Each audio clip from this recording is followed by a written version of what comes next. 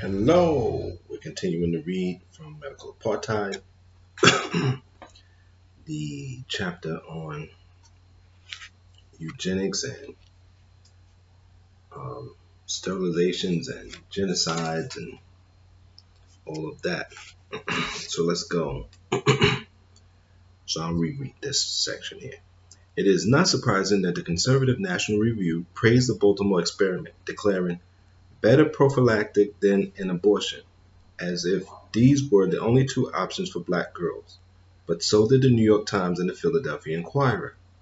The latter suggested in an infamous December 12, 1990 editorial that black women be paid to have Norplant implanted in order to reduce the underclass.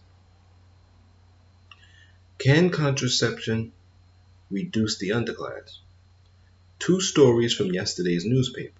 The U.S. Food and Drug Administration approves a contraceptive that can keep women from getting pregnant for 5 years.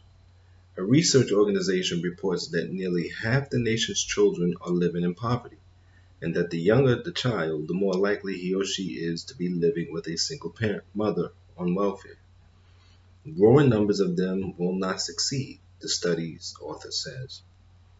As we read those two stories, we asked ourselves, dare we mention them in the same breath? To do so might be considered deplorable, insensitive, perhaps raising the specter of eugenics. But it would be worse to avoid drawing the logical conclusion that foolproof contraception could be invaluable in breaking the cycle of inner-city poverty.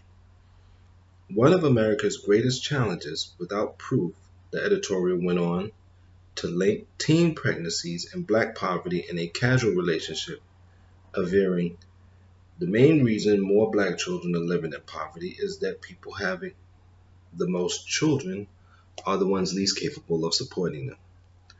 More black children are living in poverty, but the black teen pregnancy rate is falling, not rising, so it cannot be the key impetus behind the surge in black poverty. In fact, poverty precedes pregnancy. The teen mothers are already poor, and the children who are poor are at risk, higher risk for precocious pregnancies. Uh, Most media analysis did not speak so directly of Norplant as key to stemming black reproduction. Instead, coded terminology such as inner city, underclass, and welfare mother, and urban poor was widely understood to denote black women. Just say the words. Just say the real words. It's so silly. Urban. Although with gentrification, urban now doesn't mean that.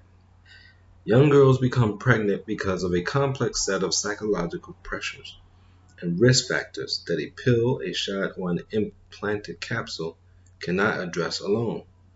Girls at risk tend to be poor, academically struggling, and naive about sex and reproduction.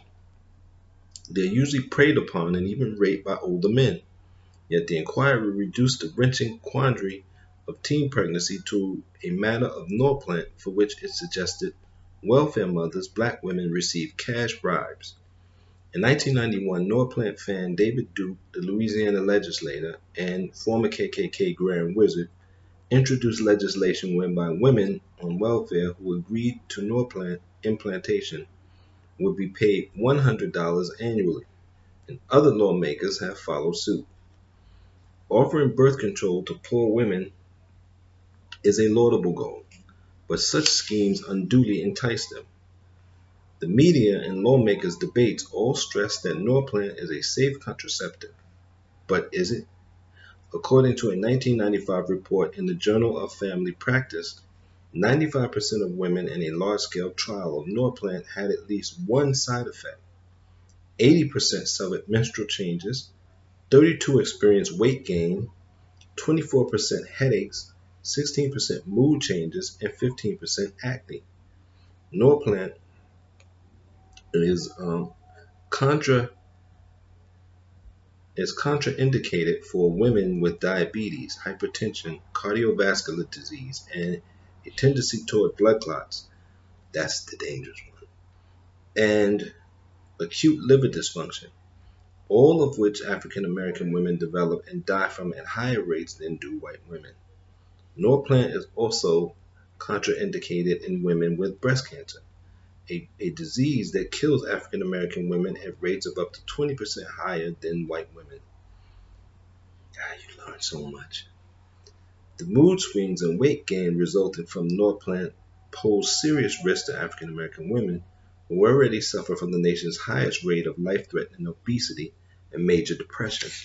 In fact, the contraceptives efficiency drops from 99% to 92% in women who weigh more than 155 pounds because its dosage is calibrated for smaller women. Beyond the viewing of a videotape, physicians typically were not trained in Norplant insertions and removal, which is more often complicated by thick, overgrown keloid scars in black women. I remember those. We learned some. I remember seeing them on young ladies. I was in my 20s, 19 in my early 20s when this stuff was happening. We learned some lessons from Norplant, said Dr. Trent McKay, a reproductive health specialist at the National Institutes of Health in 2002. As it turned out, at least in some cases, removal was a difficult process. Shit. Medical apartheid. It should be on everybody's shelf. I bought this from the bookstore. I can't find any black-owned bookstores in the neighborhood. There used to be a bunch of them in New York City, but after COVID and high retail rents, I don't know. Um, it should be on everybody's. It should be on everybody's book. You should be on the website. I mean, I don't know what else to say. Until next time, try to be safe. Try to be sane.